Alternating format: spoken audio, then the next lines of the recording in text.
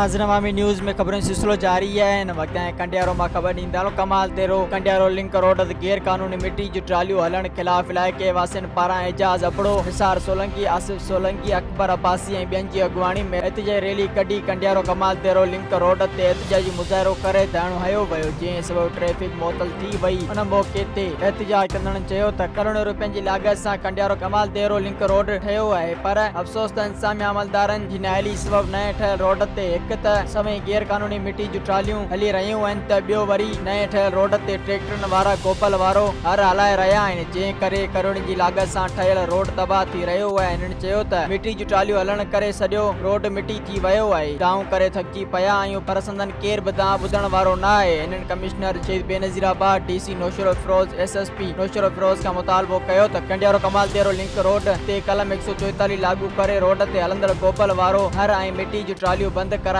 ठहियल नए रोड खे तबाह थियण खां बचायो वञे। मज़ीद खबरों और तफसीलात के लिए विजिट करें हमारी वेबसाइट www.awamiNewsHD.com।